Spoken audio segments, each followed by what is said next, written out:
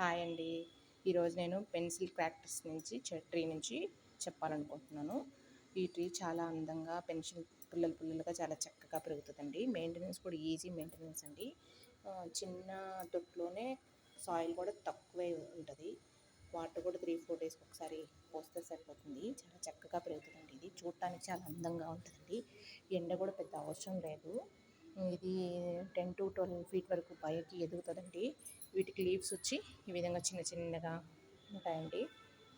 కాకపోతే ఇంచితే ఇది పాలు వస్తాయి. ఆ పాలు అయితే కొంచెం డేంజరస్ చిన్నపిల్లలు ఉన్నప్పుడు. ఇంకా మిగతాదంతా ఇది చాలా చక్కగా ఉంటుందండి చూడటానికి కూడా. ఇది ఇంకా ఔషధ చెట్టు అండి.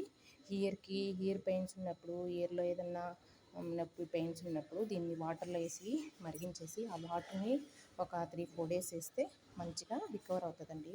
పెయిన్ కూడా తగ్గుతుంది. చాలా బాగుంటుంది. ఇది చిన్న మొక్క కట్ చేసి వేరే కుండీలో పెట్టినా కానీ వచ్చేస్తుంది.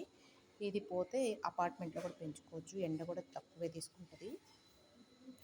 ఇంకొకటి ఏంటంటే అది చిన్న మొక్క అయినా కట్ చేసి పెట్టేస్తే ఈజీగా వస్తుంది. ఇది 7 to 8 ఇయర్స్ వరకు మంచిగానే గ్రో అవుతుందండి.